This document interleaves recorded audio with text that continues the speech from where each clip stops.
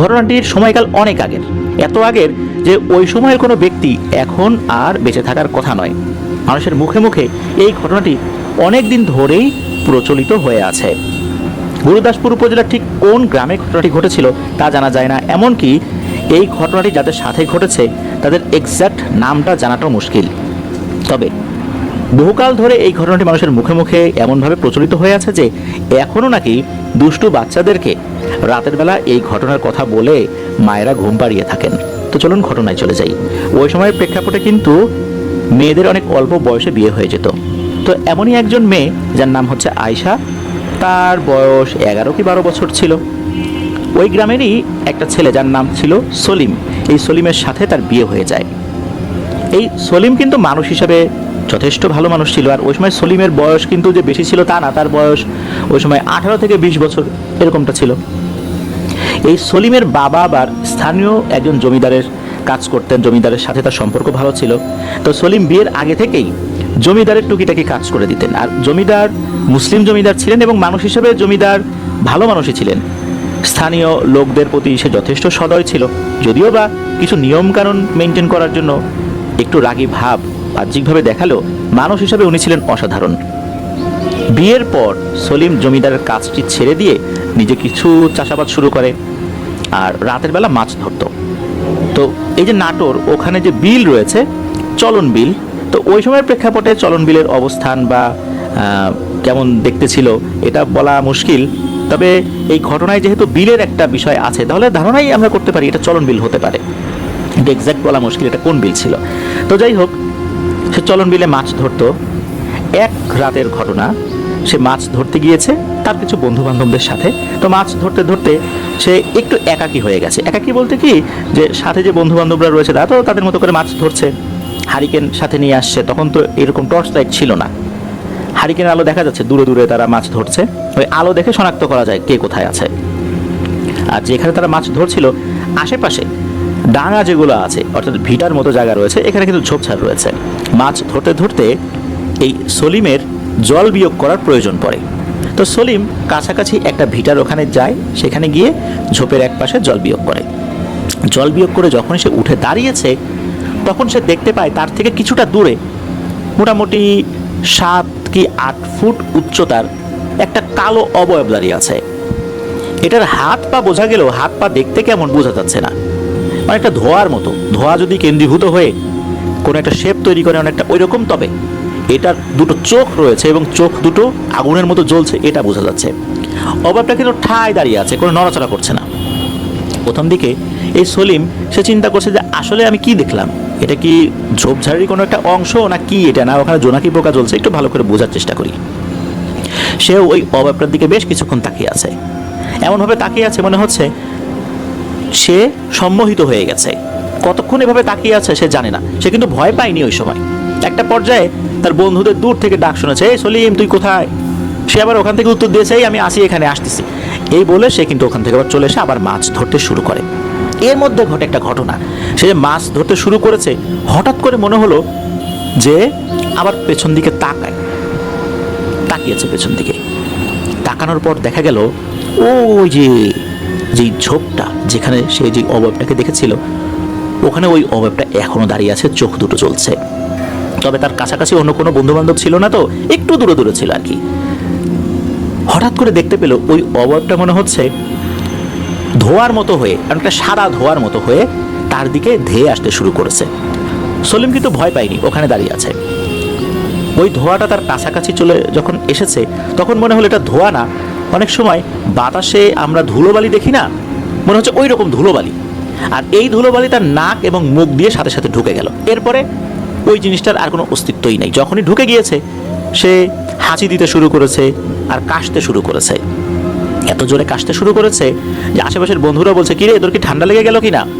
তো সলিম বলে, আরে না না, কি যেন ঢুকেছে নাকে মুখে। তো এরপর সলিম মাছ ধরতে শুরু করেছে, মাছ ধরছে আর সে কিন্তু মাঝে মাঝে কাশি দিচ্ছে, হাসি দিচ্ছে, এরকম কিন্তু হচ্ছে। অনেকক্ষণ এভাবে মাছ ধরার পর বন্ধু বান্ধবদের সাথে সে বাড়িতে চলে আসে। তার বন্ধু বান্ধবরা যে যার বাড়িতে চলে যায়, সেও তার বাড়িতে আসে। কিন্তু মাঝে মাঝে সে কিন্তু এরকম হাঁচি কাশি দিচ্ছিল। বন্ধু বান্ধবরা বলছিল, আজকে তোর ঠান্ডা লেগে গেছে রে। যাই হোক, সলিম বাড়িতে যায়, তার স্ত্রী আয়েশাকে ডেকে তোলে। এরপর যে মাছগুলো ধরেছে সে আয়শাকে এগুলো বুঝিয়ে দেয়। তারপর সলিম ঘুমিয়ে পড়ে। সলিমের যখন ঘুম ভাঙে তখন সে বুঝতে পারলো তার স্ত্রী আয়শার ধাক্কাধাক্কিতে ঘুম ভেঙেছে। মানে সহজে সে ওঠেনি, অনেক ধাক্কাধাক্কি করতে হয়েছে। দেখা গেল অনেক বেলা হয়ে গিয়েছে, তার তো মাঠে যেতে হবে। তার স্ত্রী বলছিল যে কী ব্যাপার, তোমার কি কোনো সমস্যা হয়েছে, ঠান্ডা লেগেছে? সারা রাত কিন্তু ঘুমের মধ্যে তুমি কাশি দিয়েছো, ঘটনাটা কি? সলিম বুঝতে পারলো যে তার গলাটা বেশ ব্যথা হয়ে আছে আর তার আবারও কাশি শুরু হয়েছে। ঘুমের মধ্যে যে কাশি দিয়েছে এটা তার আর স্মরণে নেই, কিন্তু এবার তার কাশি আবার শুরু হয়েছে। আর কাশি দিতে দিতে এবার কিন্তু কাশির সাথে রক্ত বের হওয়া শুরু হয়েছে। যখন কাশির সাথে রক্ত বের হওয়া শুরু হয়েছে তখন কিন্তু চিন্তা করা তো এটাই স্বাভাবিক যে তার যক্ষা হয়েছে। তার স্ত্রী, তার বয়স 11 কি 12 বছর, সে তো আর ওই বয়সে কি বুঝবে আর কি, ওই বয়সের একটা মেয়ে কতটুকুই বা বুঝতে পারে। সে আসলে এত কিছু কিন্তু বোঝে না, আর এত কিছু বোঝার বয়সও কিন্তু তার ছিল না। তবুও তার স্বামীর এই অবস্থা, আর তার মা বাবার বাড়িটা কিন্তু বেশ দূরে।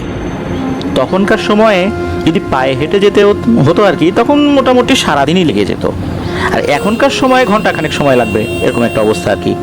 তো ওই সময়ে সে বাড়ি ছেড়ে কোথাও চলে যাবে। এদিকে কিন্তু এই সলিমের মা বাবা মারা গিয়েছিল।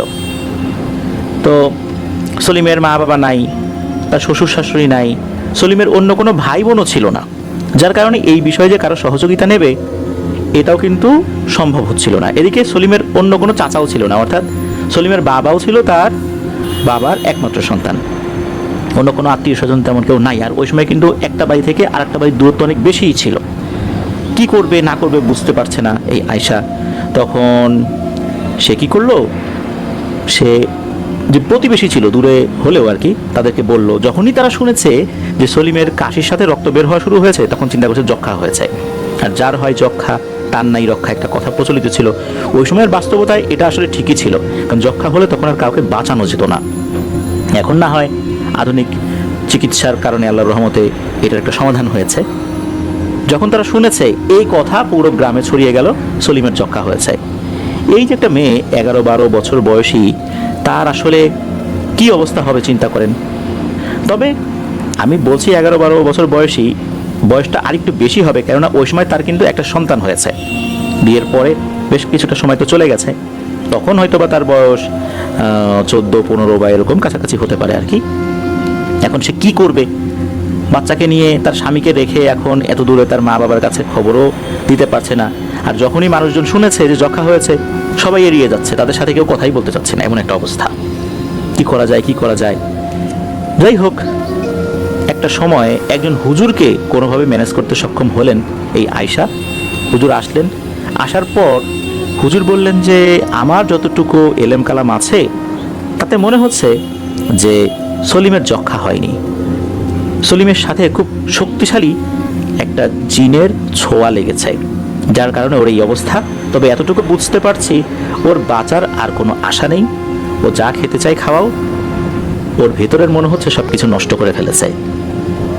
তো এই যে যেই কথাটা হুজুর বললেন, প্রিয় লিসেনার্স, একবার ভাবুন যে মেয়েটার বয়স এত কম, ওই সময়ের প্রেক্ষাপটে যদি আমরা চিন্তা করি তাহলে 14 কি 15 বছর বয়সী একটা মেয়ে সে সংসার করছে, কিন্তু এখনকার প্রেক্ষাপটে এই বয়সী মেয়েরা তারা কি সংসার করার উপযোগী, বা তারা কতটুকুই বা বুঝতে পারে? স্বামী মারা যাবে এই কথা শোনার পর ছোট্ট একটি বাচ্চাকে নিয়ে সে কোথায় যাবে, কি করবে, তার মাথায় আকাশ ভেঙে পড়ে। এদিকে হুজুরকে অনেক অনুরোধ করলেও হুজুর বলেন যে আসলে এখন আর কিছুই করার নেই, কি হয়েছে বুঝতে পারছি না বেশি করে, তবে এরকমই কিছু হয়েছে। এরপর আয়শা যখন সলিমকে জিজ্ঞেস করে ঘটনাটা কি হয়েছিল, তখন সলিম কিন্তু এই পুরো ঘটনাটা খুলে বলে যে আগের রাতে কি হয়েছে। এদিকে কাশতে কাশতে গলার এই কাশির সাথে রক্ত বের হতে হতে সলিম ওই দিন বিকালেই মারা যায়। মারা যাবার পর তার লাশটা নিয়ে এখন এই আয়শা কি করবে? কোনো লোকজন নেই, কেউ ভয়ে আসতে চাচ্ছে না, যক্ষায় মারা গেছে, যদি তাদেরও যক্ষা হয়ে যায়। তবু গ্রামের কিছু সহৃদয় মানুষ তো আছেই, বেশ কয়েকজন এগিয়ে এলেন, সলিমকে গোসল দিলেন, কাফনের কাপড় পরালেন। কিন্তু সমস্যা হয়ে গেল যে এই রাতে কবর খুঁড়ে তাকে কবরস্থ করার মতো ওই রকম লোকজন পাওয়া যাচ্ছিল না। অবশেষে তারা বললেন আচ্ছা ঠিক আছে আয়শা মা, তুমি থাকো, আমরা ফজরের পরে এসেই লাশটি দাফন কাফনের ব্যবস্থা করব। কথা বলে তারা চলে যান। কেউই কিন্তু এই লাশের সাথে রাতে থাকার সাহস করেননি বা কোনো কারণে তারা এটাতে আগ্রহীও হননি। আয়েশা, এই মেয়েটা তার ছোট্ট একটা বাচ্চাকে নিয়ে সে কী করবে?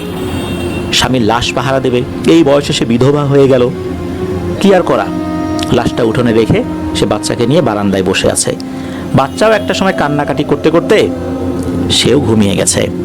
এদিকে লোক মারফত খবর পাঠানো হয়েছে তার বাবার বাড়িতে, তারাও আসতে আসতে কিন্তু সকাল হয়ে যাবে। এদিকে রাত আনুমানিক ওইখানকার সময় বা তখনকার যেই প্রেক্ষাপট, রাত আনুমানিক 8টা কি 8:30 বাজে। গ্রামের কেউই কিন্তু তখন আর জেগেনি, সবাই ঘুমিয়ে গেছে। এমন সময় একজন ব্যক্তির আবির্ভাব ঘটে। বাইরে থেকে বলছে, সলিম, ও সলিম, বাড়ি আছো? কণ্ঠটা কিন্তু আয়েশার অপরিচিত। আয়েশা বলে যে কে? তখন বলে, আমি মজনু, সলিমের বন্ধু। সলিম কোথায়? তখন বলে যে এই যে দেখেন সলিম, মানে তার লাশটা দেখাচ্ছে। সে যে অবাক হবে তা কিন্তু না, মনে হচ্ছে তার চোখে মুখে একটা খুশির আভা ছড়িয়ে পড়ল। সে এমনি বাহ্যিকভাবে মনে হচ্ছে যে বলার চেষ্টা করছে যে ও মারা গেছে, হারে এত ছোট বাচ্চা আর তোমাকে রেখে মারা গেল, আমি সলিমের বন্ধু মজনু। তো এই মজনুর নাম কিন্তু সলিমের মুখে আয়েশা শুনেছে। এই মজনুর যে অন্য কোনো উদ্দেশ্য রয়েছে এটা কিন্তু এই আয়েশা মেয়েটা বুঝতে পেরেছে। এখন আশেপাশে তো লোকজনও নাই, এরকম অপরিচিত একটা পুরুষ মানুষ বাড়িতে এসেছে, সে কি করবে বুঝে উঠতে পারছে না। মানুষজন দেখলেই বা কি বলবে। এদিকে এই মজনু বলে যে ভাবি, আপনি বাচ্চাকে নিয়ে ভেতরে যান, আমি সারা রাত লাশটা পাহারা দিচ্ছি, সকালের লোকজন আসলে একে দাফন কাফন করার পর তারপর আমি যাব। এই কথা শোনার পর আয়েশা একটু আশ্বস্ত হলো, যাক এবার অন্তত একটা লোক পাওয়া গেল যে কিনা লাশটা পাহারা দেবে। কারণ সে একা একটা মেয়ে মানুষ, অল্প বয়স্ক, রাতের বেলা লাশ পাহারা দেয়া তার জন্য তো একটু কষ্টকরই বটে। তারপর আবার বাচ্চা রয়েছে। এদিকে ওই সময়ের প্রেক্ষাপটে আশেপাশে তো ঝোপ জঙ্গল বেশি ছিল, শেয়ালের উপদ্রবও বেশি ছিল, সে একা অনেক কিছু করতে পারবে না, এটাও তো একটা বিষয় ছিল। যাই হোক, সে ঘরের ভিতরে চলে যায় আর সে বলে যে ভাই, আমি একটা হারিকেন দিয়ে যাই আপনাকে। তখন মজনু বলে, না না, হারিকেন লাগবে না, আমি এমনিতেই আছি, সমস্যা নেই। বলে, না কি বলেন, রাতের বেলা একা একা থাকবেন, এখানে বসে হারিকেন দিয়ে যাই। তো হারিকেনে কিন্তু আপত্তি ছিল এই মজনু মিয়ার, তারপরও এই আয়েশা একটা হারিকেন দিয়ে যায়। এরপর আয়েশা ভেতরে চলে যায়। বেশ কিছুক্ষণ পর হঠাৎ করে মনে হলো এক ধরনের চপ চপ চপ চপ শব্দ, কোনো কিছু খেলে যেরকম শব্দ হয়। তো এই শব্দটা শোনার পর আয়েশা কি করেছে, তার ঘরে যে দরজাটা একটু ফাঁকা করে দেখার চেষ্টা করছে বাইরে আসলে শব্দটা কিসের। তখন সে দেখছে না, ঠিকঠাকই আছে, এই মজনু হাঁটাহাঁটি করছে। সে যে দরজাটা আলতো করে খুলে ফেলেছে এটা মনে হলো এই মজনু টের পেয়ে গেছে। সে হাঁটা থামিয়ে দিয়ে আয়েশার দিকে ঘুরে তাকায়। তখন বলে যে ভাবি, চিন্তার কোনো কারণ নাই, আমার ঘুম যাতে না আসে এই জন্য একটু হাঁটাহাঁটি করছি। তখন আয়েশা চিন্তা করে হয়তো বা সে কি থেকে কি শুনেছে, ভুল শুনেছে, আবার সে ঘরের ভিতরে চলে যায়। তার কিন্তু ঘুম আসছে না, ঘুম আসার কথাও না। দুশ্চিন্তায় তার ঘুম কোনোভাবেই আসছিল না। বাচ্চাটা পাশে শুয়ে আছে, এটা একটা ছেলে সন্তান ছিল। তো আয়েশা সে বসে আছে, দোয়া দুরুদ পড়ছে স্বামীর রুহের মাগফিরাতের জন্য। এরকম আর প্রায় ঘন্টাখানিক কেটে যায়। এরপর সে চিন্তা করে যে একটু দেখি তো যে এই মজনু মিয়া কি করছে। সে তখন আবার দরজাটা একটু ফাঁকা করে বাইরে তাকিয়েছে, দেখলো যে না, মজনু মিয়া বসে আছে, এবার লাশের কাছাকাছি বসে আছে, চুপচাপ বসে আছে, এমনি হাতে পায়ে মশা পড়ছে, এগুলো একটু তাড়ানোর চেষ্টা করছে। এই আর হারিকেনটা একদম মিটিমিটি জ্বলছে। এখন কিন্তু আর কোনো সন্দেহ রইল না এই আয়েশার মনে। সে আবার ঘরে চলে গেল। কখন যে একটু ঘুমের ঝুল চলে আসছে এটা আয়েশা বলতে পারে না। তার ঘুমে যে ভাবটাই, তন্দ্রাচ্ছন্ন ভাবটা কেটে যায় মটমট মটমট শব্দে। আয়েশা চিন্তা করলো, কি ব্যাপারে এরকম মটমট শব্দ হচ্ছে। মনের সুখে কেউ হারচি বলে যেরকম শব্দ হয় ওরকম শব্দ, আবার মাঝে মাঝে চপচপ আওয়াজও আসছে। এবার আয়েশা উকি দিয়ে দেখার চেষ্টা করে ঘটনাটা কি। এবার সে যে দৃশ্যটা দেখে, এটা দেখে সে মারাত্মক ভয় পেয়ে যায়। সে দেখে এই যে মজনু, সে কি করছে, সে তার স্বামীর লাশটা এমনভাবে খেয়ে ফেলেছে, স্বামীর মাথাটা একপাশে পড়ে আছে খাটিয়ার বাইরে, শরীরের চামড়াটা আলাদাভাবে পড়ে আছে, চামড়া ব্যতীত এবং মাথা ব্যতীত সমস্ত শরীর একদম শেষ, খেয়ে ফেলেছে। তখন আয়েশা প্রচণ্ড ভয় পেয়েছে। আয়েশা চিন্তা করছে এবার হয়তোবা তার এবং তার সন্তানের পালা। সন্তানকে যখনই কোলে তুলেছে এর মধ্যে তার বাচ্চার ঘুম ভেঙে যায়। বাচ্চাকে ইশারা দিয়েছে চুপ করতে, আর তার মুখের উপরও হাত দিয়ে চেপে ধরেছে। এদিকে ওই জিনিসটা তো লাশ খাওয়ায় ব্যস্ত। আয়েশা দরজা খুলে এক দৌড় দিয়েছে। যখনই দৌড় দিয়েছে ওই জিনিসের পাশ দিয়েই দৌড় দিয়েছে, ওই জিনিসটা তখনও মনে হচ্ছে টের পাইনি, পরে টের পেয়েছে। আয়েশা তো দৌড়ানো শুরু করেছে, চিৎকার করছে, কে কোথায় আছো বাঁচাও। এরপরে পেছন দিকে যখন তাকিয়েছে তখন দেখে ভয়ঙ্কর লোমশ একটা দানবীয় আকৃতির প্রাণী তাকে ধাওয়া করেছে। এদিকে আয়েশা চিৎকার করছে, চিৎকার করতে করতে একটা বাড়ির কাছাকাছি চলে আসে, এসে ওখানেই সে সেন্সলেস হয়ে পড়ে যায়। তারপর আর তার কিছু মনে নেই। তার যখন জ্ঞান ফেরে তখন দেখে সে এক প্রতিবেশীর বাড়িতে। সে কিন্তু তখন কথা বলতে পারছিল না, ইশারায় বোঝাচ্ছে তার সন্তান কোথায়। তখন পাশের ঘর থেকে তার সন্তানকে নিয়ে আসা হলো। দেখা গেল সন্তান ঠিকঠাক আছে, আয়েশাও ঠিকঠাক আছে। এরপর আয়েশা একটু স্বাভাবিক যখন হয় তখন সে বলে কি ঘটনা ঘটেছে। লোকজন যখন ওদিকে যায়, গিয়ে দেখে সত্যি এই যে সলিম, তার মাথা একদিকে পড়ে আছে আর শরীরের পুরো চামড়াটা আর একদিকে, আর ছোটোখাটো কিছু হাড় পড়ে আছে, কিন্তু মাংসের কোনো অংশই নেই, পুরোটাই খেয়ে ফেলেছে। এরপর তো লোকজন ওই যে যতটুকু হাড় ছিল, চামড়া ছিল, মাথা ছিল, ওটাকেই আবার পানি দিয়ে ধুয়ে যে কাফনের কাপড়টা ওখানে ছিল তার মধ্যে মুড়িয়ে জানাজা পড়ে দাফন করে দেয়। এই যে আয়েশা, সে তো সবাইকে সব ঘটনা খুলে বলে। সকালবেলা তার মা বাবাও চলে এসেছে। আসলে সব কিছু এত দ্রুত হয়ে গেছে যে কেউ বুঝতেই পারেনি যে কিভাবে কি হয়ে গেল। আয়েশা নামের মেয়েটা, সেও কিন্তু এই ভয় পাবার কারণে বেশি দিন বাঁচেনি। তাছাড়া ওই রাতেই নাকি আয়েশা একটা স্বপ্ন দেখেছিল, সেই স্বপ্নের মধ্যে ওই অভাবটা এসে বলেছিল, আর একটু সুযোগ যদি পাইতাম রে, তাহলে তোদের মা এবং ছেলে দুটাকেই খেয়ে ফেলতাম। আমার ক্ষুধা কিন্তু যায় নাই, ক্ষুধা কিন্তু রয়ে গেছে, আমি আবার আসবো। এইটা কিন্তু স্বপ্নে একবারই দেখেছে। তবে আয়েশা যে ভয় পেয়েছিল ওই বয়সে, সে এতটাই অসুস্থ হয়ে পড়েছিল, সে তার মায়ের বাড়িতেই মৃত্যুবরণ করে। ওই সন্তান কিভাবে বড় হয়েছে, পরবর্তীতে তার সাথে কি হয়েছিল, এই বিষয়ে আর কোনো তথ্য পাওয়া যায় না। এটাই ছিল ঘটনা। প্রিয় লিসেনার্স, একবার ভাবুন, আমরা অনেক ভয়ের ঘটনাই বলি, কিন্তু এত অল্প বয়সে যখন কোনো মেয়ে বিধবা হয়ে যায়, এরকম ভয়ঙ্কর ঘটনা তার সাথে ঘটে, পরবর্তীতে ভয়ের কারণে তারও মৃত্যু ঘটে, আসলে বিষয়টা কতটাই না হৃদয় বিদারক। আমরা চাই না এরকম ঘটনা কারোর সাথে ঘটুক। ধন্যবাদ জানাচ্ছি তাহিয়ানকে এমন একটি ঘটনা আমাদের সাথে শেয়ার করার জন্য। প্রিয় লিসেনার্স, চলুন চলে যাই আমাদের এবারে থার্সডে নাইটের 207তম এপিসোডের দ্বিতীয় ঘটনায়। প্রিয় লিসেনার্স, দেখতে দেখতে কিন্তু আমরা আমাদের এবারে থার্সডে নাইটের 207তম এপিসোডের একদম শেষ দিকে চলে এসেছি। প্রিয় লিসেনার্স, আজকের এপিসোডের ঘটনাগুলো কেমন লাগছে তা জানিয়ে এই ভিডিওর কমেন্ট সেকশনে কমেন্ট করতে কিন্তু ভুলবেন না। এছাড়া আমাদের ফেসবুক পেজ আর গ্রুপ রয়েছে আপনাদের হরবল নামে, সেখানে গিয়েও আপনারা আপনাদের মতামত জানাতে পারেন। আপনাদের জানাবা আপনাদের সাথে ঘটে যাওয়া সত্য ভয়ের ঘটনাগুলো আমাদেরকে লিখে বা রেকর্ড করে afnandahorbalbd@gmail.com এই ইমেল অ্যাড্রেসে ইমেল করতে থাকুন। ইমেল অ্যাড্রেসের স্পেলিংটা বলে দিচ্ছি, AFNANTHEHORRORWORLBD afnandahorbalbd@gmail.com। স্পেলিংটাও আমরা আমাদের ভিডিও ডেসক্রিপশনে দিয়ে রেখেছি, সেখানে গিয়ে স্পেলিংটা চেক করে নিতে পারবেন। প্রিয় লিসেনার, চলে যাই আমাদের এবারের এপিসোডের শেষ ঘটনায়। এই ঘটনাটি আমাদেরকে যিনি পাঠিয়েছেন ওনার নাম নাদিম। উনি ফিলিপাইনের ম্যানিলা সিটিতে রয়েছেন, অনেক বছর ধরেই সেখানে রয়েছেন। আর ওনার মধ্যে কিন্তু হরর বিষয়গুলো নিয়ে এক ধরনের অন্য রকমের নেশা কাজ করে। ফিলিপাইনে থাকা বিভিন্ন ধরনের হন্টেড প্লেসগুলো উনি ভিজিট করার চেষ্টা করেন। ফিলিপাইনে দ্বিতীয় বিশ্বযুদ্ধের সময়কালে এমন কিছু জায়গা রয়েছে যেখানে নারকীয় হত্যাযজ্ঞ চলেছিল। জাপানি বাহিনী কর্তৃক সেখানে ভয়ঙ্কর ধরনের হত্যাকাণ্ড সংঘটিত হয়েছিল। সেই জায়গাগুলো আজও ভয়ঙ্কর। সেখানে আজও গভীর রাতে তো দূরের কথা, দিনের বেলাতেও অনেক ভয়ঙ্কর ঘটনাই নাকি ঘটে। অনেক ধরনের শব্দ সেখানে শুনতে পাওয়া যায়। এই যে নাদিম ভাই, ওনার আবার এই ধরনের প্লেসগুলোতে যাবার অদম্য আগ্রহ।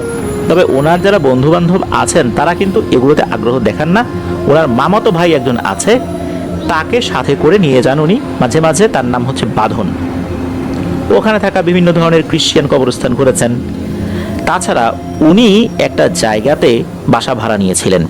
এই বিল্ডিংটা কিন্তু অনেক আগের, জাপানি একটি ডেভেলপার কোম্পানি এই বিল্ডিংটা করেছিল। এই জায়গাটার নাম হচ্ছে বা এই বিল্ডিংটার নাম হচ্ছে বালাক্টাস রয়্যাল মেনশন, যেটা পাসাই সিটিতে অবস্থিত। এটা 55 বছরের পুরনো বিল্ডিং, 26 তলার একটা বিশাল বাসা। প্রত্যেকটা ফ্লোরে নাকি 15টার মতো করে ছোট বড় ফ্ল্যাট রয়েছে। তো উনি জানিয়েছেন যে ওই বিল্ডিংয়ে অনেকেই দুর্ঘটনায় মারা গিয়েছে, আবার দেখা গিয়েছে রুমের মধ্যে মারা গিয়েছে, 3-4 দিন পর খোঁজ পাওয়া গিয়েছে, তার আত্মীয় স্বজনরা এসে লাশ বের করেছে, লাশে পচনও ধরে গেছে। ওখানে 3টা লিফট রয়েছে, এর মধ্যে বেশ বড়সড় একটি লিফট আউট অফ সার্ভিস লেখা, অর্থাৎ সেটা নষ্ট হয়ে আছে বা বন্ধ হয়ে আছে। এটার কারণ কি? এত বড় একটা বিল্ডিং, 3টা লিফটের মধ্যে একটি লিফট এভাবেই আছে, ঠিকঠাক তো করার কথা, তাও তো করে না। ওখানে থাকা একটা সিকিউরিটির সাথে বেশ বন্ধুত্ব গড়ে তোলেন এই নাদিম ভাই। শুরুর দিকে উনি কিছু না বললেও পরে বুঝতে পারেন এখানে একটি আইনি জটিলতা রয়েছে। এই আইনি জটিলতা কেন হয়েছে? বেশ অনেক বছর আগে এই লিফটের তার ছিঁড়ে পড়ে যায়, তখন লিফটের ভেতরে থাকা 8 জনের মধ্যে স্পট ডেড হয়ে যান 6 জন। পরবর্তীতে 2 জন চিকিৎসাধীন অবস্থায় হসপিটালে মারা যান। এরপর থেকে এটা নিয়ে কিন্তু আইনি জটিলতা শুরু হয়। তবে কর্তৃপক্ষ বিভিন্ন দপ্তর ম্যানেজ করে টাকা পয়সা দিয়ে আইনি কর্মকাণ্ড সামনের দিকে না গেলেও এই লিফটটা নাকি রহস্যময় কোনো এক কারণে আর ঠিকঠাক করে চালাতে পারেননি, এটা ওভাবেই রয়ে গেছে। এই বিল্ডিংয়ে কিন্তু সুইমিং পুলও রয়েছে, কিন্তু সেখানে কেউ সাঁতারও কাটে না। সেখানে যে খেলার জায়গাগুলো রয়েছে সেখানে বাচ্চারা নাকি খেলতেও যায় না। ওখানে গেলে কেমন একটা ভুতুড়ে অনুভূতি নাকি হতে থাকে। এদিকে ওনারা তো আছেন কম টাকায় একটু ভালো করে থাকার জন্য, বা এই ধরনের প্লেসগুলো ওনাদের মতো ব্যাচেলরদের জন্য বেশ ভালো একটা জায়গা বলেই বিবেচিত হয়, এজন্য আছেন। তো প্রথম বেশ কিছুদিন কোনো ধরনের কোনো সমস্যা হয়ও নাই। আর ওনারা যখন ওখানে ছিলেন এর মধ্যেই ওনাদের কাছাকাছি একটা ফ্ল্যাটে এক কোরিয়ান নাগরিক মারা গিয়েছিলেন প্রায় 2 কি 3 দিন পর। তার লাশ ওখান থেকে বের করা হয়। তার আত্মীয় স্বজনরা যখন ফোন করে যোগাযোগ করে পায়নি, তখন পুলিশের সাথে যোগাযোগ করলে তারা ওখানে এসে দরজা ভেঙে তার লাশ বের করে। মাঝে মাঝে নাকি ওনারা অসুস্থ হতেন, যেমন জ্বর, ঠান্ডা, কাশি, তবে এগুলো সাধারণ অসুস্থতা হিসেবেই ধরে নিয়েছিলেন। একবার হয় কি, এই যে বাঁধন ভাই আর নাদিম ভাই, ওনাদের 2 জনের মধ্যে একজন ছিলেন ওই সময় বাসায়, নাদিম ভাই।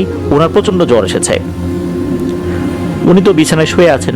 ওনার কাছে তখন মনে হতে থাকে কিচেনে কেউ আছে, রান্নাঘরে কেউ রান্না করছে, চা বানাচ্ছে, এরকম শব্দ হতো। উনি এগিয়ে গিয়ে দেখতেন যে সব কিছু স্বাভাবিক। এটা দিনেও হতো, রাতেও হতো। এক রাতের ঘটনা, উনি ওয়াশরুমে যাবার জন্য উঠেছেন, কি মনে করে উনি বারান্দার দিকে যাবেন, একটু দাঁড়াবেন ওখানে। যখনই বারান্দার দিকে গিয়েছেন, উনি দেখেন যে ওখানে কুঁজো হয়ে কেউ একজন বসে আছে, একটা মানব আকৃতির কিছু একটা। উনি স্পষ্ট দেখলেন এটা একটা মানুষ আকৃতির কিছু যে কুঁজো হয়ে বসে আছে। উনি ভয়ে দৌড়ে ওখান থেকে চলে আসেন। ওনার হাতে একটা গ্লাস ছিল যার মধ্যে পানি ছিল। উনি মূলত বারান্দায় দাঁড়িয়ে পানি খাবেন এই চিন্তা করেই ওদিকে যাচ্ছিলেন। কাউকে ডাকার শক্তিও ওনার ওই সময় ছিল না। কিছুক্ষণ পরে মনে হলো, আচ্ছা বারান্দায় তো বেশ কিছু ফুলের টব আছে, ফুলের গাছ আছে, এগুলোকেই আবার কোনো মানুষ মনে করে ভুল দেখিনি তো। তবে এরকম ভুল তো হওয়ার কথা নয়। উনি আবার বারান্দার দিকে সাহস করে গেলে ওখানে আর কিছুই দেখেননি। এই ঘটনার পর একজন হুজুরকে নিয়ে এসেছিলেন। তবে এই নাদিম ভাই জানিয়েছেন যে ওখানে খ্রিস্টান ধর্মাবলম্বীর সংখ্যা বেশি হবার কারণে মুসলিম কোনো ভালো আলেম বা হুজুর পাওয়াটা একটু কঠিন হয়ে যায়। তবুও তাকে নিয়ে আসেন, নিয়ে আসার পর তাকে দিয়ে ঝাড়ফুঁক করানো হয়। তবে উনি বলেছিলেন যে এই বাসাটা ছেড়ে দিতে, তা না হলে পরবর্তীতে বড় ধরনের অসুবিধা হবে। এই বাসায় অনেকেই মারা গিয়েছে, কিন্তু কর্তৃপক্ষ অনেক কথাই বাইরে বলে না, বা তারা বিষয়টাকে ধামাচাপা দিয়ে দেয়। এই কথা শোনার পর ওনারা এই বাসাটা ছেড়ে দেন। পরবর্তীতে অন্য জায়গায় ওনারা বাসা নেন আর কি। এরপর তো ওনারা চিন্তা করেছেন যে কোনো একটা জায়গায় যাবেন, হন্টেড প্লেসে, ক্রিশ্চিয়ান কবরস্থানে গিয়েছেন, একটা পরিত্যক্ত হসপিটালে যাবেন, এরকম একটা প্ল্যান করেছেন আর কি। ফিলিপাইনের অ্যাঙ্গেলস সিটিতে একটি পরিত্যক্ত হসপিটাল ছিল, যেটার একটা নাম আছে ক্লার্ক এয়ারবেস হসপিটাল বা এয়ারবেস হসপিটাল আর কি, যেটা নাকি আমেরিকা তৈরি করেছিল। 1903 সাল থেকে 1991 সাল পর্যন্ত এটা চালু ছিল। বিভিন্ন সময় যে যুদ্ধগুলো রয়েছে, স্পেশালি ভিয়েতনাম যুদ্ধ যখন হয়েছে, এরপর ফিলিপাইনের সাথে যখন যুদ্ধ হয় দ্বিতীয় বিশ্বযুদ্ধের সময় আর কি। ওই সময় ফিলিপাইনের যেই জায়গাগুলো, এগুলোতে তো মিত্রবাহিনী, অক্ষশক্তি তারা কিন্তু বিভিন্ন জায়গায় ঘাঁটি তৈরি করেছে। তো অনেক মানুষ সেখানে মারা গিয়েছে, বিশেষ করে এই হসপিটালে। ধারণা করা হয় এখানে আসলে স্বাভাবিক মৃত্যুর থেকে অস্বাভাবিক মৃত্যুই বেশি হয়েছে। এই হসপিটালটা যখন পরিত্যক্ত ঘোষণা করা হয়, এরপর এর আশেপাশে কাউকে যেতে দেওয়া হয় না। তবে হ্যাঁ, স্থানীয় প্রশাসনের পারমিশন নিয়ে সেখানে যাওয়া যায়। অনেক ইউটিউবার নাকি ওখানে ভিডিও করতে গিয়ে বড় ধরনের বিপদে পড়েছে, কেউ কেউ মারাও গিয়েছে, যেগুলো অপ্রত্যাশিত মৃত্যু ছিল। পারমিশন নিয়ে যাবার পরও মারা গিয়েছে, আর পারমিশন ছাড়াও ওখানে গিয়ে মারা গিয়েছে এমন বহু মানুষ আছে। যারা ওখান থেকে বেঁচে ফিরেছে তাদের কাছ থেকে বিভিন্ন ধরনের ঘটনা অনেকেই জানতে পেরেছে। এক রমজান মাসে এই নাদিম ভাই আর বাঁধন ভাই ওনারা সেখানে যাবেন বলে সিদ্ধান্ত নিয়েছেন। তো চিন্তা করছেন রাতের বেলা যাবেন, কোনো পারমিশন নেবেন না। রাতে কিন্তু ওখানে যাওয়া নিষেধ। কাছাকাছি গিয়ে হাঁটা শুরু করেছেন, চিন্তা করেছেন যে ওখানে যাব, ওখান থেকে ঘুরে এসে আবার সাহারি করব। ওনারা যখন ওদিকে গিয়েছেন, বিশেষ করে হসপিটালটার যে গেট ওইটা ক্রস করবেন, হঠাৎ করে মনে হলো অনেকগুলো চামচিকা টাইপের জিনিস মাথার উপর দিয়ে চক্কর দেওয়া শুরু করেছে, এরপর একদিকে উড়ে চলে গেল। অনেক সময় হরর মুভিতে এরকম দেখা যায়, হঠাৎ থেকে যেন বাদুর চামচিকা চলে আসে, এরকম হলো। তখন তো ওরা বেশ ভয় পেয়ে গিয়েছেন, আর শরীরটাও ভারী হয়ে আসা শুরু হয়েছে। পা পিছলে হঠাৎ করে একটা খাদে পড়ে যান, মানে ছোটোখাটো একটা খাদ আর কি। দূরে চিৎকারও করে ওঠেন, পায়ে বেশ ব্যথা পেয়েছেন। এরপর তো মোবাইলে একটা সূরা চালিয়ে দিয়েছেন। তখন চিন্তা করলেন যে এখানে আর ঢোকা যাবে না, বাইরে বের হয়ে আসতে হবে। আমাদেরকে সতর্ক করছে, ঢুকিস না, বিপদ আছে। ওনারা যখন বাইরে বের হয়ে হাঁটা শুরু করেছেন জঙ্গল পার হয়ে, হঠাৎ করে দেখেন পুলিশের গাড়ি আসছে। পুলিশ তো তাদেরকে দেখে গাড়ি থামিয়ে দিয়েছে, জিজ্ঞেস করছে যে আপনারা কোথায় গিয়েছিলেন। সত্য কথাই বলেছেন, মিথ্যা কথা বলে আরও বিপদ হওয়ার সম্ভাবনা বেশি। পুলিশ জিজ্ঞেস করছে কেন এত রাতে গিয়েছেন পারমিশন ছাড়া, রাতের বেলা তো সেখানে পারমিশনও দেওয়া হয় না। এদিকে উনি আহত ছিলেন, পা দেখালেন। পুলিশরা কিছুক্ষণ তাকিয়ে থেকে বলেন ঠিক আছে, আমরা চাইলে কিন্তু আপনাদেরকে ধরে নিয়ে যেতে পারতাম, এই পারমিশন না নিয়ে এখানে আসার অপরাধে কিছু করলাম না, যান চলে যান, এভাবে আর আসবেন না। আসলে ওনারা চাইলে ঝামেলা করতে পারতো, কিন্তু ওনারা সেটা করেন নাই। এরপর ওনারা ওখান থেকে চলে আসেন। এরপর ওনারা কি করেছেন, একটা অনলাইন পেজ থেকে ঘোস্ট মিটার, অনেকে কেটু মিটার আমরা বলি এটাকে, EMF meter, electromagnetic field meter, যেটা দিয়ে অনেকেই জিনের উপস্থিতি শনাক্ত করেন বলে দাবি করেন। তো যাই হোক, এটা নিয়ে আমরা এপিসোডের শেষ দিক অর্থাৎ এই ঘটনার শেষে কথা বলবো। তো এরকম একটা মেশিন ওনারা নিয়ে আসেন, আর ওনারা ঠিক করেন একটা সিটিতে যাবেন, সেটার নাম হচ্ছে বুলাকান সিটি। তো ওখানে যাওয়ার জন্য ওনারা বের হয়েছেন। ওনাদের সাথে আরও বেশ কিছু লোকজন ছিল, মোট 6 জনকে নিয়ে বের হয়েছেন। এর মধ্যে একজনের ওয়াইফও ছিল সাথে, তিনি আবার ফিলিপাইনেরই নাগরিক। ওনারা যেদিকে যাবেন ওই জায়গাটার নাম হচ্ছে রেড হাউস। ওখানে একটা বাড়ি আছে, সেটা পরিত্যক্ত। 1944 সালে জাপান আর ফিলিপাইনের মধ্যে যখন যুদ্ধ হয়, তখন জাপানি আর্মিরা নাকি এই বাড়িতে অনেককেই নিয়ে এসে খুব নিষ্ঠুরভাবে হত্যা করেছিল। পরবর্তীতে যুদ্ধ শেষে সরকার সিদ্ধান্ত নেয় এই বাড়িটিকে পরিত্যক্ত ঘোষণা করা হবে। হাজার হাজার মানুষকে সেখানে খুব নিষ্ঠুরভাবে হত্যা করা হয়েছে। ওখানেই নাকি রাত হলেই বিভিন্ন ধরনের শব্দ শুনতে পাওয়া যায়, দিনের বেলাতেও শুনতে পাওয়া যায়। এটা আশেপাশে কয়েক কিলোমিটারের মধ্যে কোনো ঘর বাড়ি নেই। রাত হলে নেমে আসে ভয়াবহ এক পরিবেশ। ওরা গাড়ি নিয়ে বের হয়েছেন, বেশ বড়সড় একটা গাড়ি। হঠাৎ করেই গাড়ির যে টায়ার এটা কিন্তু নষ্ট হয়ে যায়, বিশেষ করে ওই জায়গার কাছাকাছি আসতেই। তখন গাড়িটা ওখানে রেখেই ওনারা হাঁটতে শুরু করেন। 15 মিনিট হাঁটার পর ওনাদের মধ্যে একজন বেশ অসুস্থতা বোধ করছিলেন। তবে এই যে হেঁটে আসছিলেন, চোখে কিন্তু খারাপ কিছু পড়েনি। আর ওনাদের যে মিটারটা ছিল ঘোস্ট মিটার, সেখানেও কিন্তু কোনো ধরনের সিগন্যাল ওনারা পাননি। ওনারা ওখানে মোটামুটি চলে আসেন। চলে আসার পর ওখানে খুব একটা যে কিছু দেখেছেন তা কিন্তু না। ওখান থেকে আবার ব্যাক করেন, ওই গাড়িটার টায়ারটা ঠিকঠাক করে। এর কয়েকদিন পর আবার আরেকটা জায়গায় যান, সেম এই 6 জনকে নিয়ে। সেই জায়গাটার নাম হচ্ছে লা ইউনিয়ন সিটি। এই লা ইউনিয়ন সিটির পিন্ডাগান রুইন্স নামক একটা জায়গা রয়েছে এই জায়গাতে। তো ওখানে আসার যখন পরিকল্পনা করেছেন, কারো কারোর সাথে যখন আলোচনা করেছেন, অনেকেই নাকি মানা করেছেন যে এখানে না যেতে, কিন্তু ওনারা তো যাবেনই, এরকম একটা পরিকল্পনা করে বের হয়েছেন। যাই হোক, ওনারা রাত 3টার দিকে এই পিন্ডাগান, অনেকে এটাকে পান্ডাগান রুইন্সও বলে, তো ওখানে চলে আসছেন। যখন ওখানে চলে আসছেন, ওনারা খেয়াল করলেন অনেকগুলো কুকুর খুব জোরে জোরে ঘেউ ঘেউ করে ডাকছে, কিন্তু একটা কুকুরকেও ওনারা দেখতে পাচ্ছেন না। চারদিকে নির্জন বাগান, আর রুইন্স মানে ধ্বংসপ্রাপ্ত স্থান আর কি, ভাঙা বিল্ডিং। ওখানে ছোট ছোট বেশ কিছু ভাঙা বিল্ডিং রয়েছে আর কি, এগুলোতে লতা পাতা বিভিন্ন ধরনের গাছও হয়ে গেছে। কুকুরগুলো ডাকছে, কিন্তু একটা কুকুরও সামনে আসছে না। মনে হচ্ছে 15-20টা কুকুর একসাথে ডাকাডাকি করছে। ওনারা ওখানে নেমে বেশ কিছুক্ষণ হাঁটাহাঁটি করেন। ওনারা যখন ঘোস্ট মিটারটা অন করেছেন, তখন কিছু কিছু সিগন্যাল ওনারা পাচ্ছিলেন। ওনারা বাংলা ভাষায় কথা বলছেন যে এখানে কেউ থাকলে এই সিগন্যাল যেই বাতিগুলো আছে এগুলো বেশি করে জ্বালিয়ে দিন, এরকমভাবে ওনারা বলছে আর কি।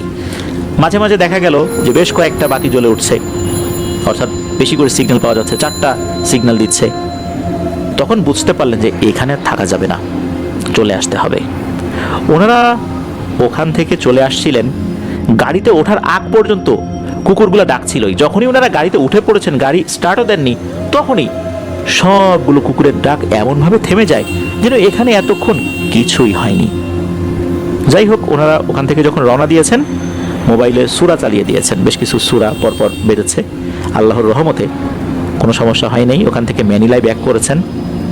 ওনারা এখনও বিভিন্ন জায়গায় যাওয়ার চিন্তা করছেন, তবে লাস্ট 2 ইয়ার্স অর্থাৎ 2 বছর ওনারা কোনো ধরনের কোনো হন্টেড প্লেসে যাননি।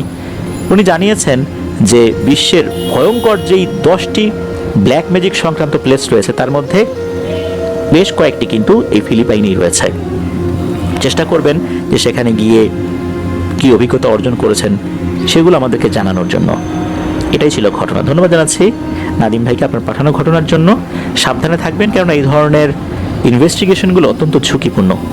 এগুলো আমি সবসময় না করার সাজেশন দিই। আর এই যে K2 মিটার বা EMF মিটার বা ঘোস্ট মিটার যেটাকে বলা হয় আর কি, এটা আমার নিজের কাছেও আছে। এটা আমি বিভিন্নভাবে পরীক্ষা নিরীক্ষা করেছি। আমার কাছে অধিকাংশ সময় মনে হচ্ছে এগুলো বিভিন্ন সায়েন্টিফিক কারণেই জ্বলে ওঠে, কেননা বিভিন্ন কারণেই এই সিগন্যালগুলো আসতে পারে। কাছে থাকা মোবাইলের কারণে আসতে পারে, এছাড়া আশেপাশে থাকা বিভিন্ন ধরনের সিগন্যাল আছে, যেগুলো ওয়্যারলেস সিগন্যাল হতে পারে, রেডিও সিগন্যাল হতে পারে, তারপর ইন্টারনেট সিগন্যাল হতে পারে, বা ওয়াইফাই সংক্রান্ত কোনো যদি বিষয় থাকে সেটা হতে পারে। আশেপাশে পাওয়ারফুল ইলেকট্রিক লাইন থাকলে সবগুলো বাতিও জ্বলে উঠতে পারে। অনেকে মনে করে যে এখানে মনে হয় ভূত আছে, তাই সবগুলো বাতি জ্বালিয়ে দিয়েছে, এরকম অনেকগুলো বিষয় কিন্তু কাজ করে। এছাড়া আমরা কথা বললে কথার যেই একটা কম্পাঙ্ক সৃষ্টি হয়, এই কম্পাঙ্কের কারণেও এই বাতি জ্বলতে পারে বলে কেউ কেউ মতামত দিয়েছেন। তাহলে আমরা যে বলি কেউ থাকলে সিগন্যাল দেন, তাহলে এই যে কম্পাঙ্ক সৃষ্টির কারণে তো আমাদের আশেপাশে থাকা যে ইলেকট্রোম্যাগনেটিক ফিল্ড রয়েছে সেই জায়গাতেও কিন্তু একটা প্রেশার ক্রিয়েট হয়, তাতে কিন্তু বাতি জ্বলে উঠতে পারে। এই জন্য আসলে নিশ্চিতভাবে বলা যায় না আসলেই কোনো সুপার ন্যাচারাল এন্টিটি তাদের অস্তিত্ব জানান দিচ্ছে কিনা। আমি দেখেছি 90% ক্ষেত্রে এগুলো আসলে সায়েন্টিফিক কারণেই জ্বলে ওঠে। 10% ক্ষেত্রে বিষয়টা ভিন্ন হতে পারে, একদম যে পুরোটাই ফেক এটাও বলা যাবে না। সুতরাং 10% ক্ষেত্রে এই বিষয়টা হতে পারে বলে আমি মোটামুটি একটা প্রমাণ পেয়েছি। যেহেতু এই জিনিসটা আমার কাছেও আছে, আমিও আমার একজন খুব কাছের বন্ধু যে আমেরিকাতে আছে তাকে দিয়ে আমি এই জিনিসটা নিয়ে এসেছিলাম। অনেকেই এটা নিয়ে অনেক ধরনের ভিডিও করেন জাস্ট ভিউ পাওয়ার উদ্দেশ্যে, কিন্তু অ্যাকচুয়ালি আসলে এটার যে ব্যবহার এবং এটার যে কারসাজি রয়েছে এটা কিন্তু আমরা অনেকেই বুঝতে পারি না, যার কারণে এমনটা হয়ে থাকে। আর এই ধরনের প্লেসগুলোতে ভিজিট না করার পরামর্শই আমি দিব, যাতে করে বিপদ এড়িয়ে চলা যায়। কেননা সব বিষয়ে আগ্রহ থাকা ভালো না। মানুষ কোনোভাবে যদি এই ধরনের এন্টিটিগুলোর সাথে বা এই ধরনের ফ্রিকোয়েন্সির সাথে একবার কানেক্টেড হয়ে যায়, তাহলে কিন্তু জীবন নরকে পরিণত হয়। আল্লাহ আমাদেরকে হেফাজত করুন। প্রিয় লিসেনার্স, আজকের এপিসোডে যারা ঘটনা পাঠিয়েছেন সবাইকে অন্তঃস্থল থেকে ধন্যবাদ, জাযাকাল্লাহু খাইরান। যারা ধৈর্য ধরে পুরো এপিসোডটি শুনলেন তাদেরকেও ধন্যবাদ জানাচ্ছি, জাযাকাল্লাহু খাইরান। প্রিয় লিসেনার্স, আজকের এপিসোড থেকে বিদায় নিচ্ছি। সবাই ভালো থাকবেন, সুস্থ থাকবেন, আমার জন্য দোয়া করবেন, আমার পরিবারের জন্য দোয়া করবেন। আপনাদের জন্য দোয়া রইল, আপনাদের পরিবারের প্রত্যেকের জন্য দোয়া রইল। মহান আল্লাহ সুবহানাহু ওয়া তাআলা আমাদেরকে ভালো রাখুন, সুস্থ রাখুন, নিরাপদে রাখুন, আপনার দরবারের সাথে রাখুন। আসসালামু আলাইকুম।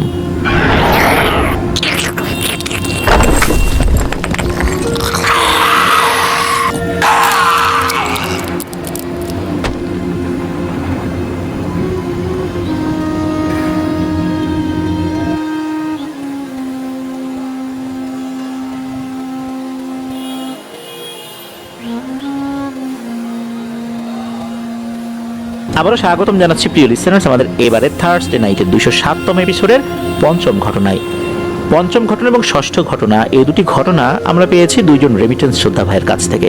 তো চলুন পঞ্চম ঘটনা শুরু করে। এই ঘটনাটি আমাদেরকে যিনি পাঠিয়েছেন, এর আগে উনি আমাদেরকে ঘটনা পাঠিয়েছেন, ওনার নাম রাজন। ওনার বাড়ি নরসিংদী জেলার পলাশ উপজেলার গজারিয়া ইউনিয়নের ইচাখালী গ্রামে। উনি বর্তমানে সিঙ্গাপুরে রয়েছেন। এই ঘটনাটি উনি ওনার রুমমেটের কাছ থেকে সংগ্রহ করেছেন। ওনার রুমমেটের নাম আলামিন, তিনিও একই কোম্পানিতেই রয়েছেন এই সিঙ্গাপুরে। এই আলামিন ভাইয়ের বাড়ি গাজীপুর জেলার কালিয়াকৈর উপজেলার নলুয়া গ্রামে। ঘটনাটি ঘটেছিল ওনার আপন মামার সাথে। ওনার মামার নাম সাইফুল ইসলাম। এই সাইফুল ইসলাম মামার বাড়িও কিন্তু নলুয়া গ্রামেই, কেননা আলামিন ভাইয়ের দাদা বাড়ি নানা বাড়ি একই গ্রামে। দুই বাড়ির পার্থক্য পায়ে হেঁটে সর্বোচ্চ 10 মিনিট।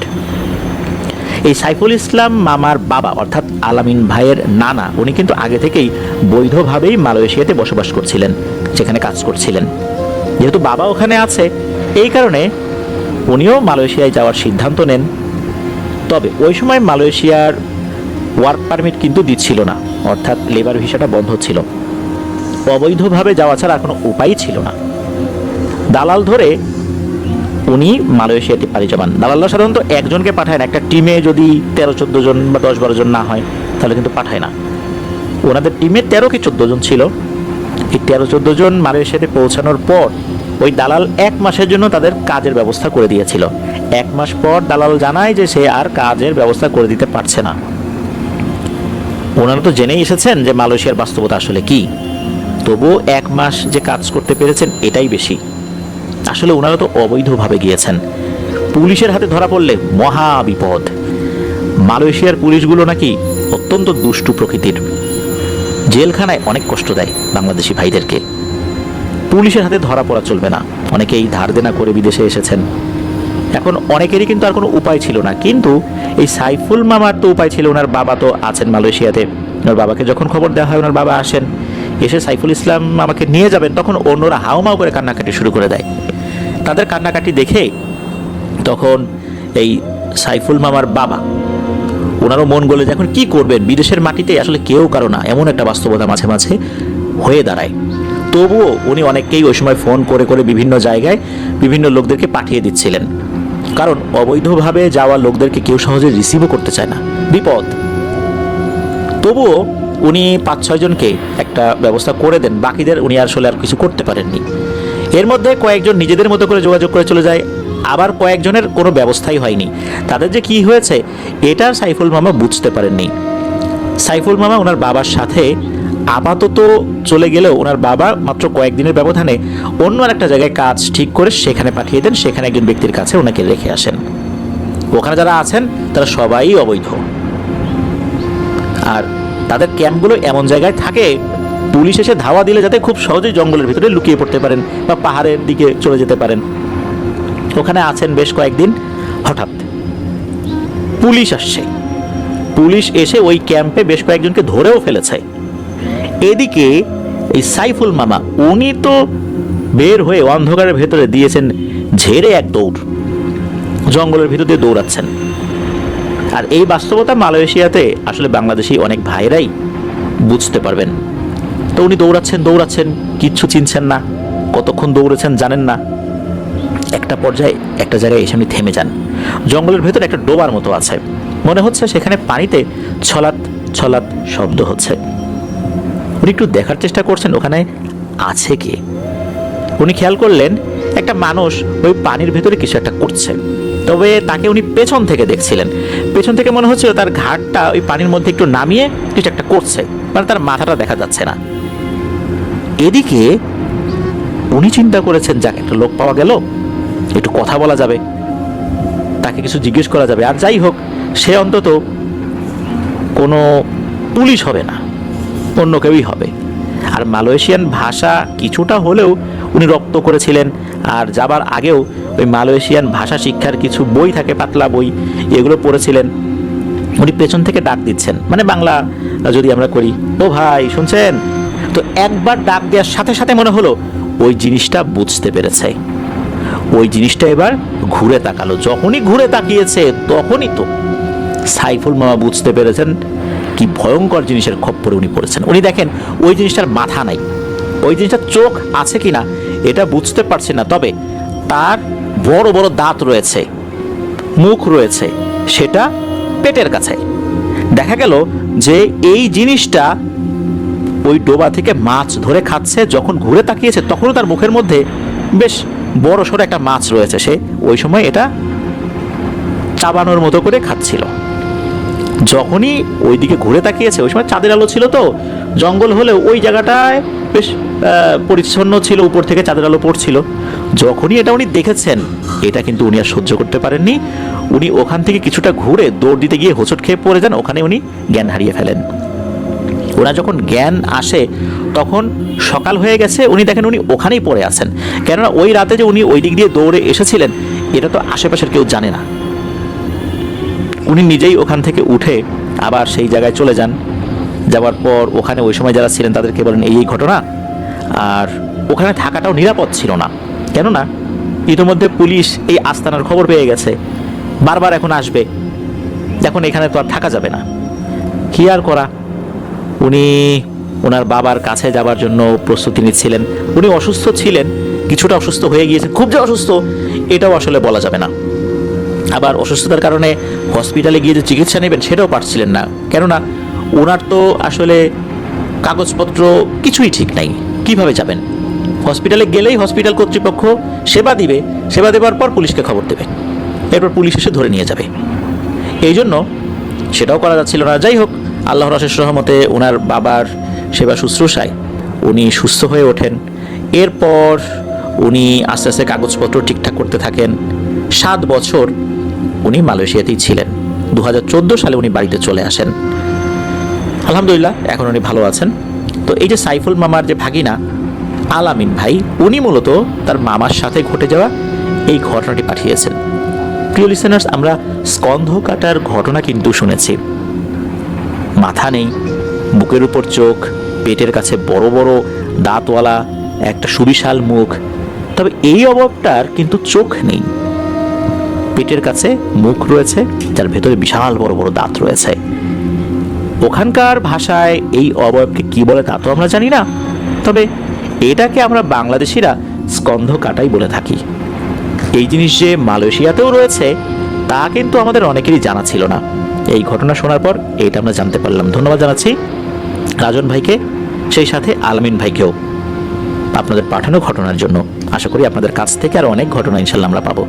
চলুন প্রিয় লিসেনার্স, আমরা চলে যাব আমাদের আজকের থার্সডে নাইটের 207তম এপিসোডের ষষ্ঠ এবং শেষ ঘটনায়।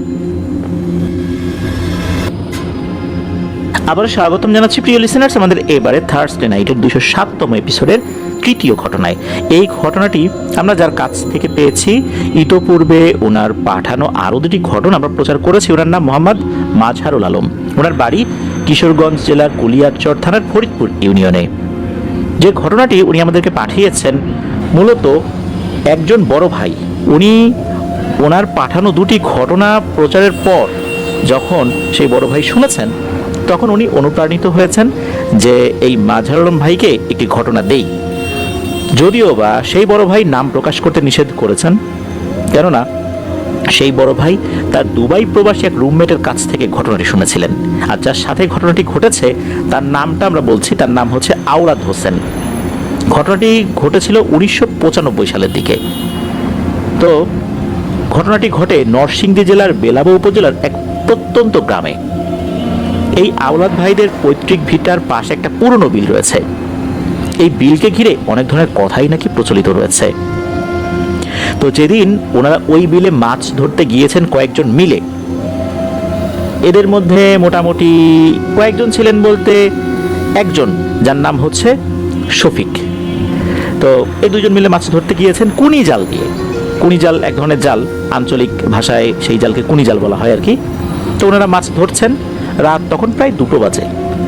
ওনারা প্রথম দিকে বিলের এক সাইড দিয়ে মাছ ধরছিলেন, এরপর আস্তে আস্তে হাঁটু পানিতে নেমেছেন, মাছ ধরছেন, ভালোই মাছ পাচ্ছিলেন। চারদিকে একেবারে নিশ্চুপ অবস্থা ছিল, শুধু ঝিঝি পোকার ডাক শোনা যাচ্ছিল। মাঝে মাঝে পানিতে ব্যাঙের সাঁতার কাটাও শোনা যাচ্ছিল। আবার কখনো কখনো মাছ পানির উপরের দিকে উঠে এসে শরীরটাকে একটু নাড়া দেয়, তখন পানিতে ছলাৎ ছলাৎ শব্দ হয়, এই শব্দও পাওয়া যাচ্ছিল। এছাড়া অন্য কোনো ধরনের শব্দ কিন্তু ছিল না। যেখান দিয়ে ওনারা মাছ ধরছিলেন সেখানে কিন্তু বাতাসের কারণে হালকা হালকা ঢেউ দেখা যাচ্ছিল, যেটা সাধারণত পুকুরেও দেখা যায়। ওনাদের হাতে কিন্তু টর্চ লাইট ছিল। ওনারা সামনের দিকে একটা জায়গায় আলো ফেলে একদম থমকে যান। সেই জায়গার পানি একদম স্থির হয়ে আছে, যেমনটা গ্লাসের মধ্যে পানি আমরা স্থির হওয়া অবস্থায় দেখতে পাই, ঠিক তেমন এইরকম শান্ত স্থির পানি কিন্তু ওই সময় বিলের অন্য জায়গায় ছিল না। ঠিক নির্দিষ্ট একটা জায়গায় ওই রকম পানি। হালকা বাতাস কিন্তু চতুর্দিকে ছিল, তবুও ওখানে পানি এমন স্থির হয়ে আছে কেন তা কিন্তু এই আওলাদ ভাই আর ওই শফিক ভাই দুজনই কিন্তু আলোচনা করছিলেন। হঠাৎ করে ওনারা দুজনেই দেখতে পেলেন একটা সাদা ধোঁয়ার মতো কিছু, একটা অনেকটা কুয়াশার মতো ওই পানির উপর দিয়ে ভেসে ভেসে ওনাদের দিকে আসতে শুরু করলো। এই শফিক ভাই হঠাৎ করে একদম চুপ হয়ে গেলেন। মাত্রই কিন্তু কথা বলছিলেন উনি, একদম চুপ হয়ে গেছেন। মনে হচ্ছে যে উনি একদম মূর্তির মতো দাঁড়িয়ে আছেন। এদিকে আওলাদ ভাই বলছেন, কিরে শফিক, কি হয়েছে, দাঁড়িয়ে রইলি কেন? তখন এই আওলাদ ভাই ওনার হাতে থাকা টর্চ লাইটের আলোটা যখন এই শফিক ভাইয়ের মুখে ধরেছেন, তখন মারাত্মক ভয় পেয়ে গেছেন। উনি দেখেন এই শফিক ভাই তাকিয়ে রয়েছে ঠিক আছে, কিন্তু তার চোখের রংটা একদম সাদা হয়ে গেছে। অনেক বড় বড় চোখ করে তাকিয়ে আছে, চোখের কোনো অংশে একটা কালো দাগও নেই। এক কথায় এক অস্বাভাবিক অবস্থা।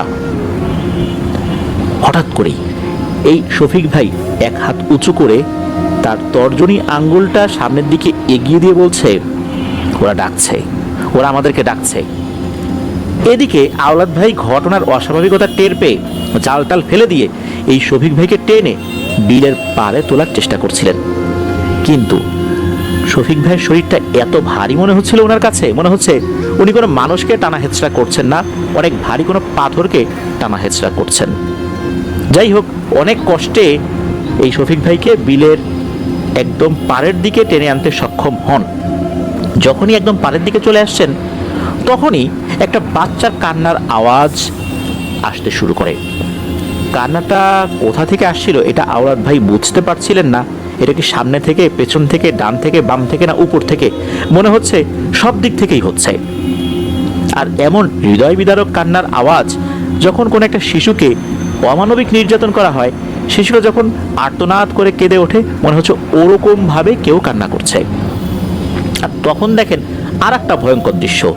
ওই বিলের পাড়ে কিন্তু একটা পুরনো বট গাছ রয়েছে, ওই দিকে নজর গিয়েছে আওলাদ ভাইয়ের। তখন উনি দেখেন ওই বট গাছের উপরে মোটামুটি 7 কি 8টা, উনি গুনতে পারেন নাই ঠিক, তবে আনুমানিক 7 কি 8টা ছায়ার মতো অবয়ব ওনাদের দিকে এগিয়ে আসছে। ওই সময় অমাবস্যা থাকলেও এগুলোকে কিন্তু আবার বোঝা যাচ্ছে, এগুলো ভেসে ভেসে ওনাদের দিকেই আসছে, কারো চেহারা কিন্তু বোঝা যাচ্ছে না। ওই অবস্থায় এই শফিক ভাইকে ছেড়ে দিয়ে উনি দৌড়ে চলে যেতে চেয়েছিলেন, কিন্তু কোনোভাবেই উনি ওখান থেকে নড়াচড়াও করতে পারছিলেন না। ওই অবয়বগুলো যখন আস্তে আস্তে আরো কাছে এলো, তখন পচা মাটির এক ধরনের গন্ধ তার নাকে এলো। আর এগুলো একসাথে একই কথা বলে উঠল, তা হচ্ছে, আমাদের শান্তি নষ্ট করছিস তোরা, এর শাস্তি পাবি। এই কথা বলার সাথে সাথে এই যে শফিক ভাই, সে কিন্তু এতক্ষণ একদম চুপচাপ, কোনো কথা বলছে না। সে হঠাৎ করে উল্টো ডিগবাজি দিয়ে পানির মধ্যে ডুব দিল। এদিকে আওলাদ ভাই তো চিৎকার করে উঠলেন, যে শফিক তুই কোথায় গেলি? ওই সময় মনে হলো কেউ আওলাদ ভাইয়ের গলাটা টিপে ধরেছে। এরপর ওনার আর কিছুই মনে নাই। ওনার যখন জ্ঞান ফেরত আসে, তখন উনি দেখেন উনি বাড়িতে আছেন। জ্ঞান ফেরত আসার পর উনি জানতে পারলেন উনি 2 দিন অজ্ঞান ছিলেন। পরদিন সকালবেলা, অর্থাৎ যেদিন উনি গিয়েছিলেন, যেই রাতে, সকালবেলা ওনাকে বিলের পাড়ে মানুষজন দেখতে পায়। তবে শফিক ভাইকে আর পাওয়া যায়নি। অনেক খোঁজাখুঁজি হয়েছে, পাওয়া যায়নি। এরপর ওনাদের এলাকার একজন নাম করা পীর সাহেব, যিনি নাকি এখনো জীবিত আছেন, তবে এই আওলাদ ভাই নামটি বলেননি আর কি, তার কাছে যাওয়া হয়। যখন ওনার কাছে একদম আগাগোড়া সব কিছু বলা হয়, উনি ওনার মতো করে চেষ্টা করবেন বলেই জানান। তবে উনি এতটুকু জানিয়েছেন যে এই যে শফিক ভাই, উনি আর জীবিত নেই, তবে তার লাশটা ফেরত দেবে বলে নাকি ওরা জানিয়েছে। মোটামুটি 7-8 দিন পর এই শফিক ভাইয়ের লাশ ওই বিলের পানিতেই ভেসে ওঠে। আমরা সাধারণত এই ধরনের ঘটনাগুলোর ক্ষেত্রে একটি কমন বিষয়ে দেখতে পাই তা হচ্ছে, মনে হচ্ছে মাত্রই লাশটি মানে মেরে ফেলা হয়েছে, বা লাশটি মাত্রই মৃত্যুবরণ করেছে ওই ব্যক্তি, এরকম আর কি শুনি তো, তাই না? কিন্তু এই ঘটনার ক্ষেত্রে বিষয়টা অন্যরকম।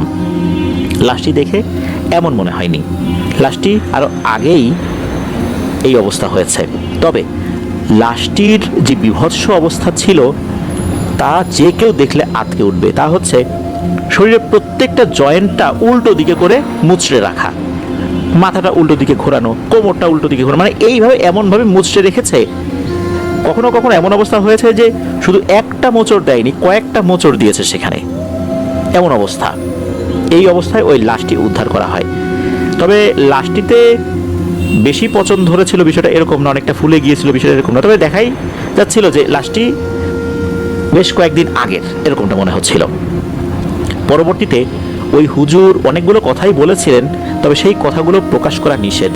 যতটুকু প্রকাশ করার অনুমতি পাওয়া গিয়েছিল তা হচ্ছে বিলের ওই জায়গাটাতে শত শত বছর ধরে এক প্রাচীন জিনের গোত্র বসবাস করে। এই জিনের গোত্র তারা কিন্তু মানুষকে আক্রমণ করে না, ক্ষতিও করে না, কিন্তু ওদেরকে যদি কেউ বিরক্ত করতে আসে তাহলে বেঁচে ফেরার আর কোনো পথ নেই। মূলত এই শফিক ভাইকে পজেসড অবস্থাতেই তাকে মেরে ফেলেছে, তাকে নিয়ন্ত্রণ করেই মূলত পানির মধ্যে ডিগবাজি দিতে বাধ্য করা হয়েছে। তাহলে কেন আওলাদ ভাইকে মারল না? যাতে করে এই মেসেজটা মানুষের কাছে আরো ভালো করে পৌঁছায়, এই জন্যই তাকে হত্যা করেনি। পীর সাহেব বলেছিল, তোমার ভাগ্য ভালো, শফিকের পরিণতি তোমারও হতে পারত। তো এই ঘটনার পর এই যে আওলাদ ভাই, উনি প্রায় 6 মাস মানসিকভাবে খুবই অসুস্থ ছিলেন। আস্তে আস্তে চিকিৎসা নিয়ে আল্লাহর রহমতে উনি সুস্থ হয়েছেন। এখনও নাকি এমন একটা অবস্থা ওনার মাঝে মাঝেই হয়ে যায়, ওনার কাছে মনে হয় ওই যে সেই ছায়া মূর্তিগুলো যেগুলো বট গাছের উপর থেকে এসেছিল আস্তে আস্তে ভেসে ভেসে, যেগুলো একসাথে কথা বলে উঠেছিল, এগুলোকে নাকি উনি এখনো স্বপ্নের মধ্যে মাঝে মাঝেই দেখতে পান। এটাই ছিল ঘটনা। মাজহারুল আলম ভাই আরও জানিয়েছেন যে ওনাদের এলাকায় একজন ব্যক্তি রয়েছেন যিনি নাইট গার্ডের কাজ করেন। তো ওনার কাছ থেকেও অনেকগুলো ঘটনা উনি সংগ্রহ করার চেষ্টা করছেন। আমরা অপেক্ষায় থাকবো সেই ঘটনাগুলো শোনার জন্য। প্রিয় লিসেনার্স, আসলে মানুষের জীবনে এমন অনেক দুর্ঘটনাই ঘটে যায় যা কখনোই তার কাঙ্ক্ষিত থাকে না। এই যে শফিক ভাই, উনি কখনোই কিন্তু চিন্তাও করেন নাই এই ধরনের বিপদে উনি পড়তে পারেন। আল্লাহ তাআলা এই বিপদে ওনাকে ফেলে দিয়েছেন। তার হায়াত ওই পর্যন্তই ছিল। আর যে জায়গাগুলোতে আসলে কেউ সচরাচর যায় না, যে জায়গাগুলো সম্পর্কে অনেক ধরনের কথা প্রচলিত আছে, এই সমস্ত জায়গাগুলোতে আমাদের যাওয়া উচিত নয়। আল্লাহ আমাদেরকে হেফাজত করুন। প্রিয় লিসেনার্স, চলুন চলে যাব আমাদের এবারের থার্সডে নাইটের 207তম এপিসোডের চতুর্থ ঘটনায়।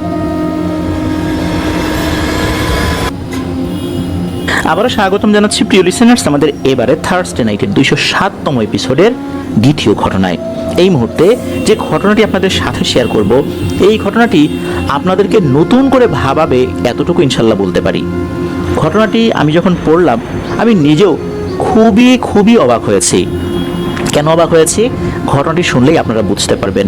এই ঘটনাটি আমাদেরকে পাঠিয়েছেন একজন রেমিটেন্স যোদ্ধা ভাই, যার নাম হচ্ছে মাসুম হোসেন। ওনার বাড়ি টাঙ্গাইল জেলার ঘাটাইল উপজেলার ধলাপাড়া ইউনিয়নের গোপিনপুর গ্রামে।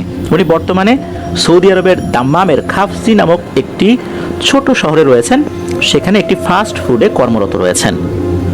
ঘটনাটি শুরু করার আগে একটি মেসেজ আমাদের লিসেনারদেরকে দেবার জন্য উনি অনুরোধ করেছেন। তা হচ্ছে, উনি জানিয়েছেন প্রবাস জীবনে অনেক মানসিক অশান্তির মধ্যে থাকতে হয়।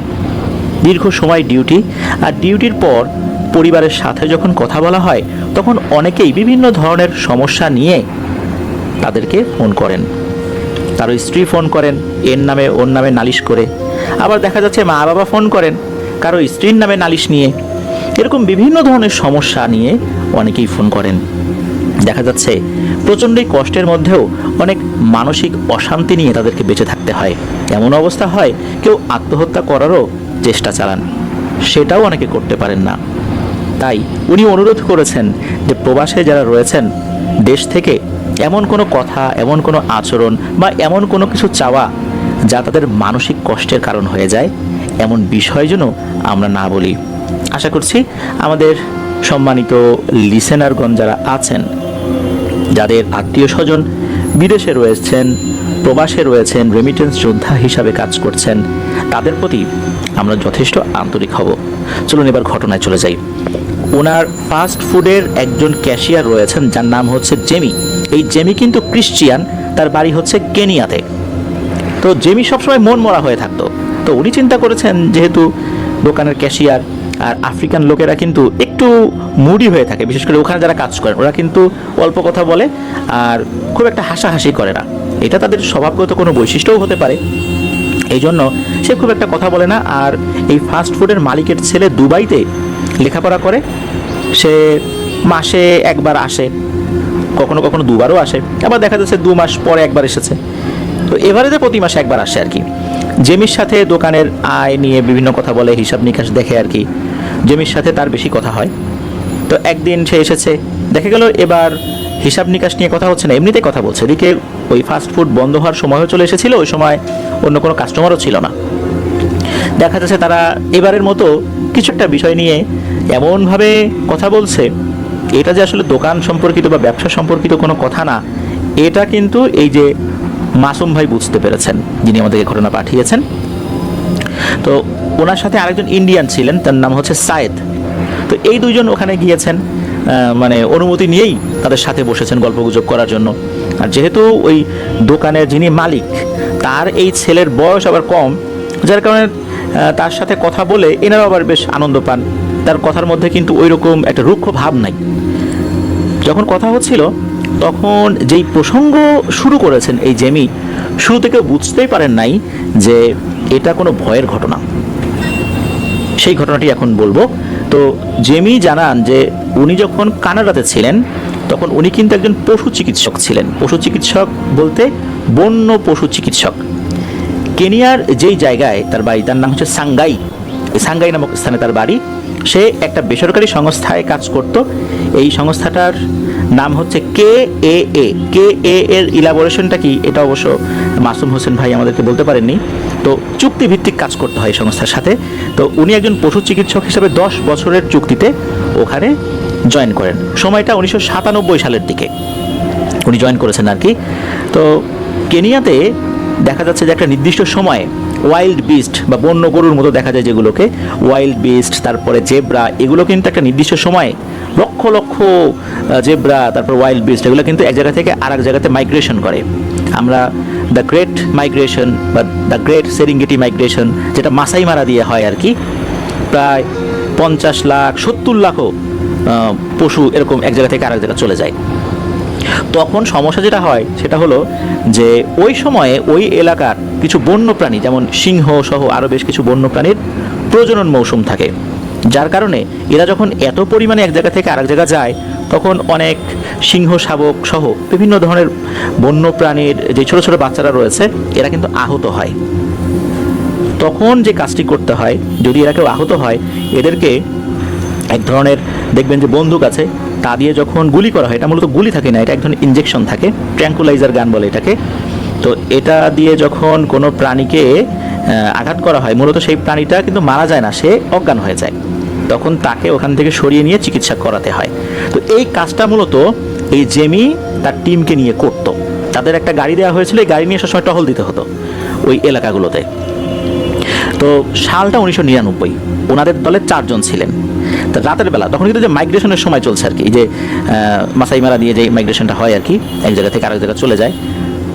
রাত আনুমানিক তখন 2টার মতো বাজে, ওনারা তখন টহলে ছিলেন আর কি।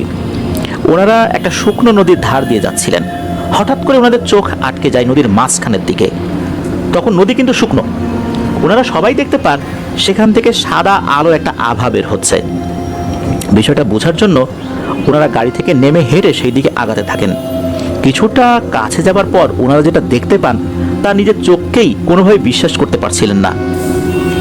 ওনারা দেখেন সেখানে অনেকগুলো পশু, তারা এমনভাবে বসে আছে মনে হচ্ছে কোনো রাজা তার সভাসদদেরকে নিয়ে জরুরি কোনো মিটিং করছে। সেখানে সব ধরনের পশু পাখি ছিল, সিংহ, চিতা, হায়না, হাতি, মহিষ, গন্ডার, হরিণ, বিভিন্ন ধরনের পাখি, বিশেষ করে শকুন এই টাইপের, তারপরে ঈগল, এগুলো ছিল।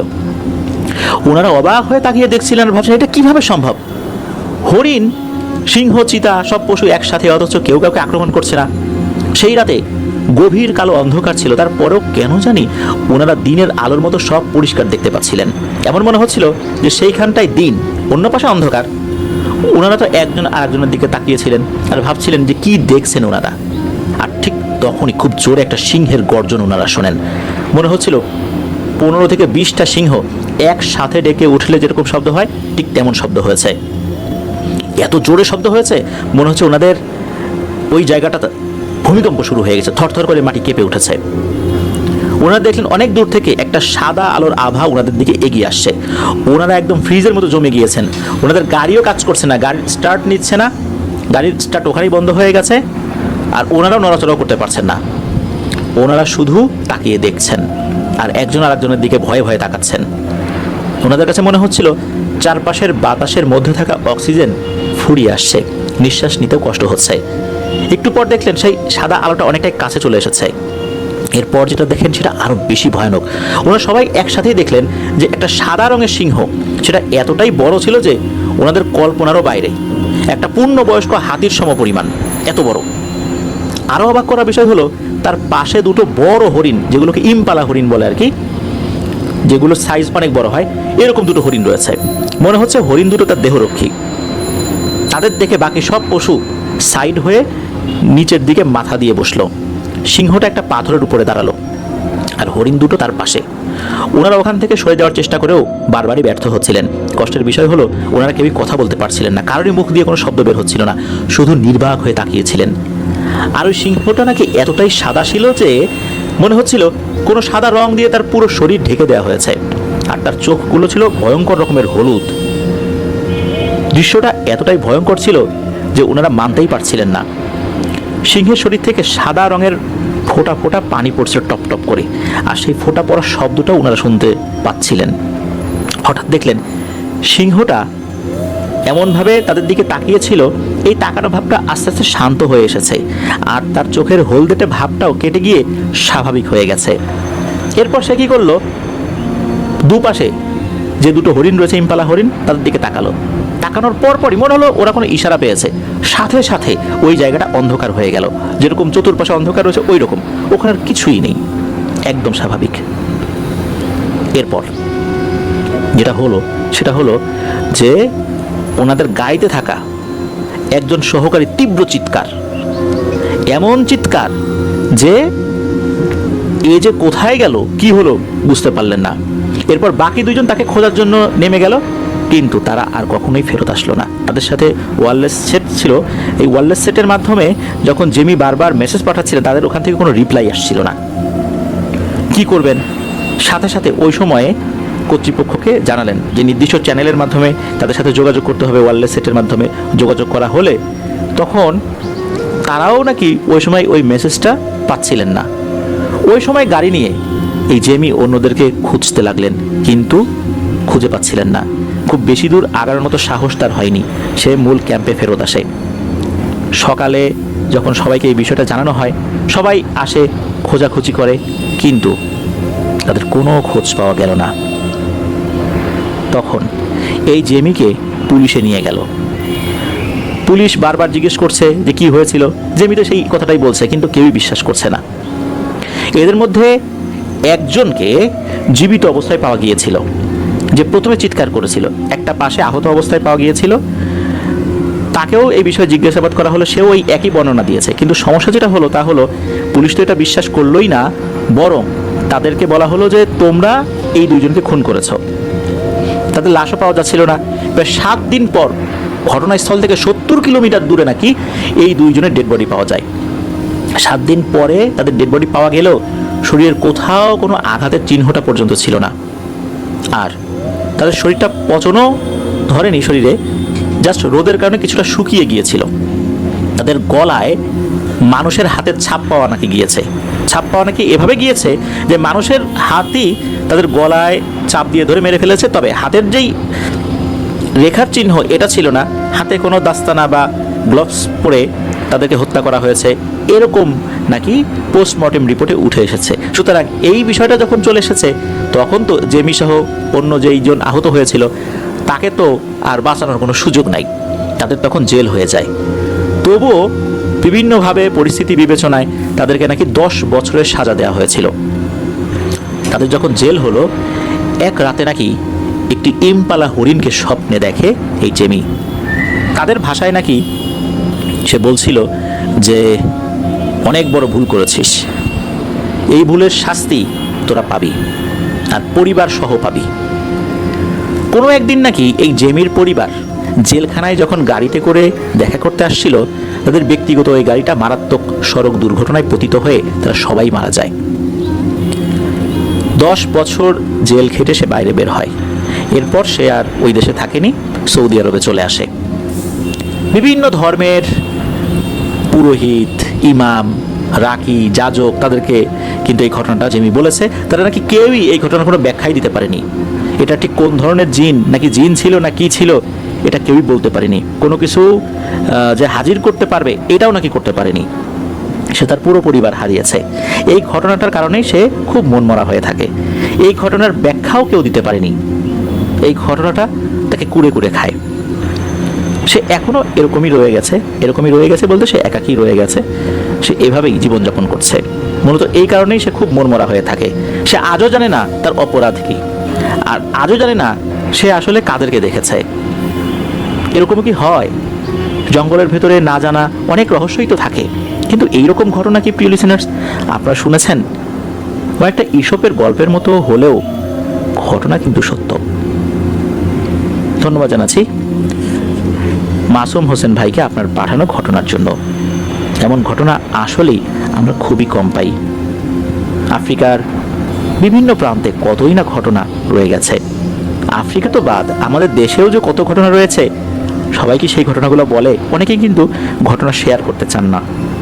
তবুও আমরা বলি প্রিয় লিসেনার্স, আপনাদের জানার বা আপনাদের সাথে ঘটে যাওয়া সত্য ভয়ের ঘটনাগুলো আমাদেরকে লিখে বা রেকর্ড করে ইমেল করুন প্লিজ। তাহলে কিন্তু এই না জানা অনেক ঘটনা আমরা শেয়ার করতে পারবো, অনেক রহস্য সম্পর্কে আমরা জানতে পারবো, নিজেরাও সতর্ক হব, অন্যদেরকেও সতর্ক করতে পারবো। প্রিয় লিসেনার্স, চলে যাবো আমাদের এবারে থার্সডে নাইটের 207তম এপিসোডের তৃতীয় ঘটনায়।